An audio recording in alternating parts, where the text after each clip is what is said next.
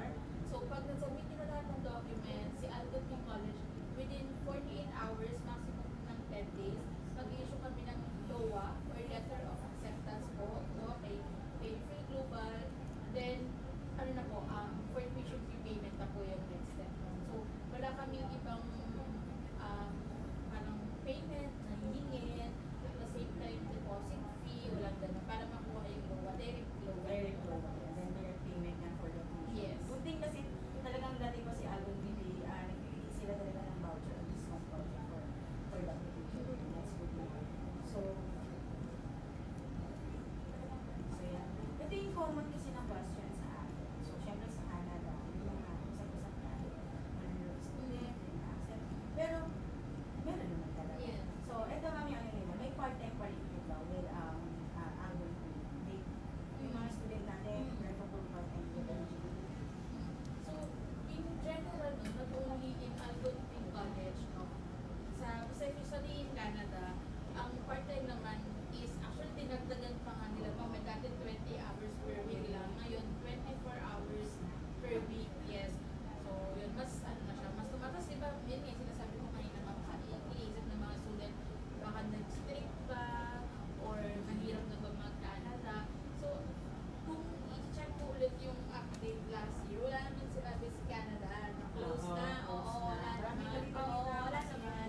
Wala naman sinabi close na. Siguro yun lang yung naging understanding ng mga student. No?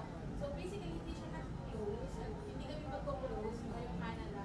Ang ginawa lang po ng Canada is labas lang sila or mas promote lang nila yung mga program or yung mga dapat yung pag-aaralan kung saan kami may labor shortages.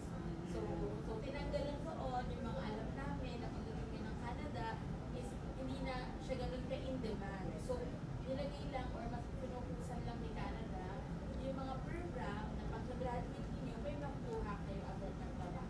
Can you give us some programs mo na may PGW eligibility para na post-graduation? So, number one dyan, of course, healthcare. No, healthcare, yes.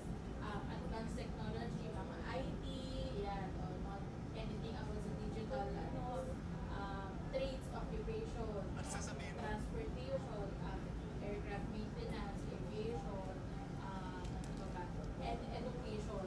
Yes, education is mga teacher. Also, yung mga personal support worker, yung mga caregiver, occupational therapist, massage therapist, sobrang dami.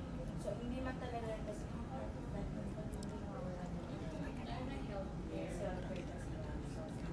So, after the student na makapag-tapos with our do you have any parang assistance or services na binibigay sa ating mga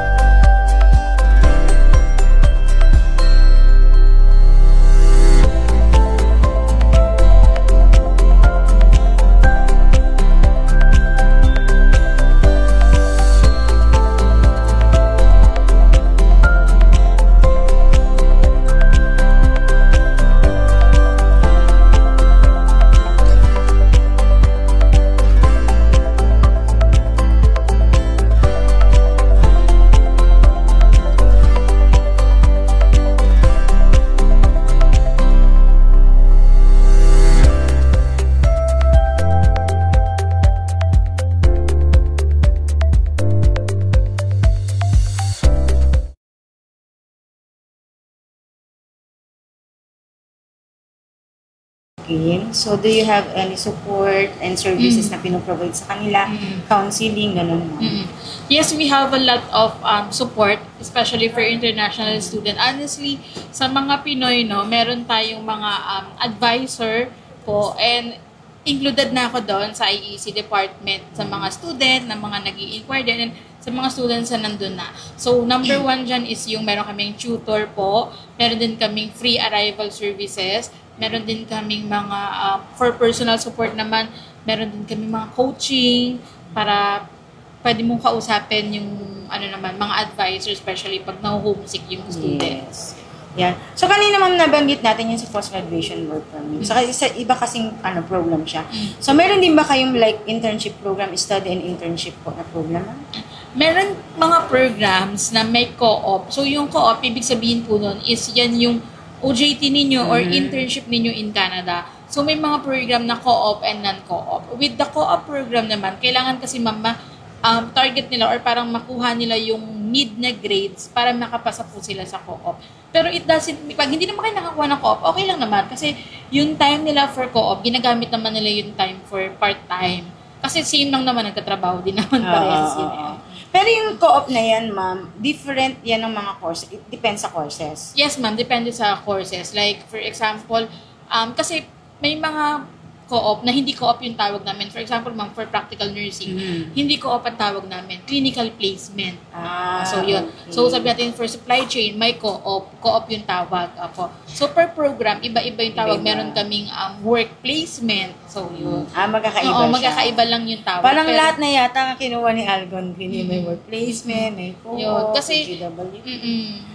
So, lahat naman na kakaroon sila ng, kailangan kasi meron silang experience doon sa outside, sa field, sa kung saan sila dapat. So, included siya dun sa program. So, good thing maraming pamimilian talaga yung ating mga aspiring student na makakuha ng mga programs na to with Algonquin. So, would you invite, ma'am, ang ating mga televiewers to promote Algonquin? To study. Yeah, to study So, in Algonquin. Yes, no. Especially now po, open na ang aming fall 2026. Ibig sabihin nun, September 2026, next year pa naman siya. Open na siya for registration. Ino-open po talaga namin siya ng mas maaga, especially sa mga health programs. Kasi yung health programs namin, since nag-open na kami nitong last week, so bilang ka lang ng mga 1, 2, or 3 weeks, magko-close na yan agad. Yes. Kasi mabilis na siya mapuno. Yun kasi yung thinking ng ibang students, next year pa naman ako, next year na ako mag-a-apply. Hindi nila alam, by next year na gusto nilang mag-apply sa school, close na yung program.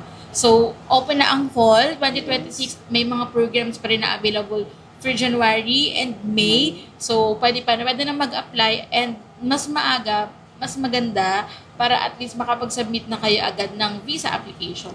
Yes, correct. So, sa ating mga student, kailangan talaga natin yung urgency dito kasi if you want na makapasok doon sa intake na prepared nyo kung January, May, or September, dapat ngayon pa lang nakapag-apply na tayo. Yes. Dahil open na si Algonquin for that programs po, ha?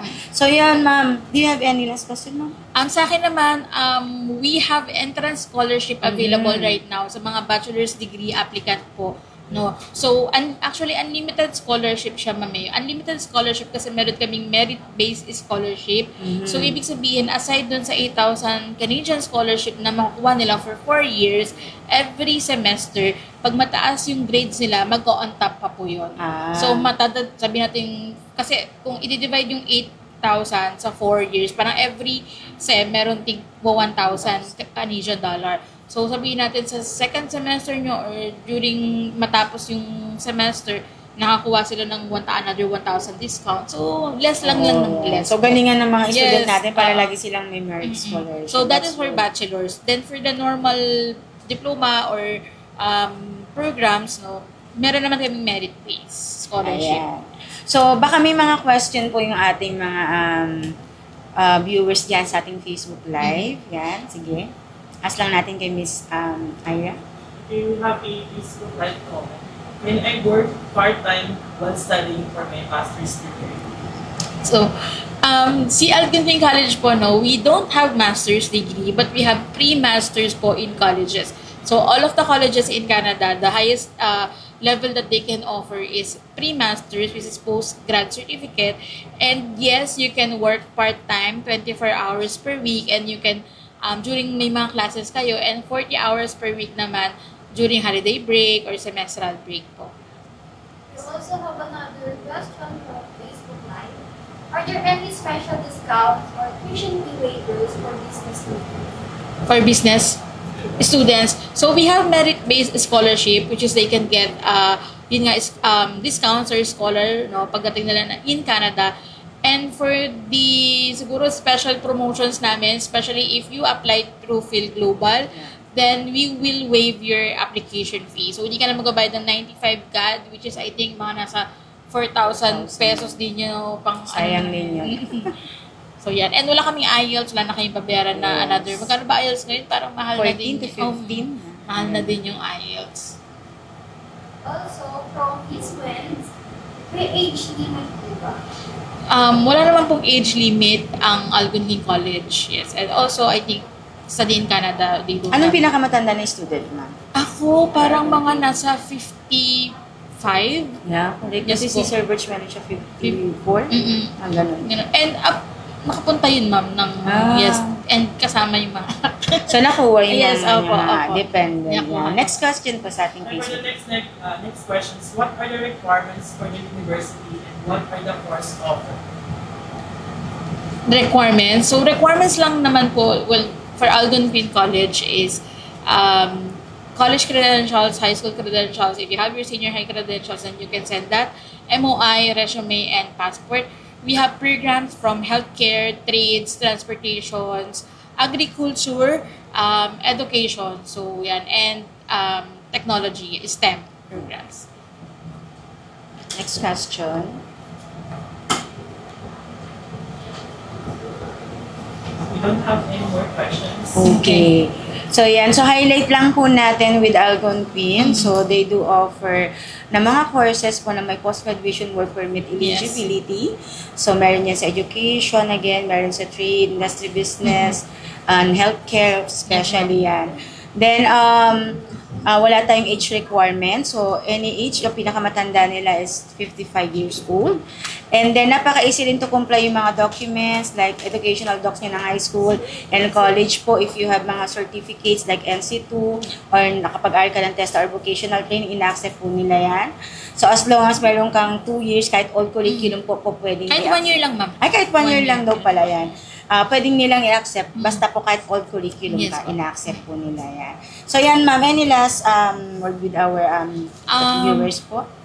Hopefully, ma-meet namin kayo in Canada, in Ottawa campus ng Algonquin or either in Pembroke. And yeah, apply as early as now so you can still get the program that you want as long as we have opening. So, yun lang naman for Algonquin. And sabihin ko lang yung tagline ni Algonquin, no? So, Algonquin College is the education you need for the career you want. Oh, ganda, di ba? Syempre, di ba? Magiging successful kapag sa Algonquin ka po nagtapos ng iyong pag-aaral. Sige. So, thank you so much, Ma'am Ira, for joining us today. So, napakalaking tulong po ito sa ating mga aspiring student na mapili po yung ating school, no? Yes. So, it's okay na rin Ottawa at magandang locations po yan. So, hopefully, ma-meet po kayo ni Ma'am Ira po. And namin dito with Phil Global na kami ang makapag-process na inyong visa going to Algonquin. Thank you so much, Ma'am Ira. Thank you, ma'am. Thank you, ma'am. God bless. Have a great day, everyone. Bye-bye.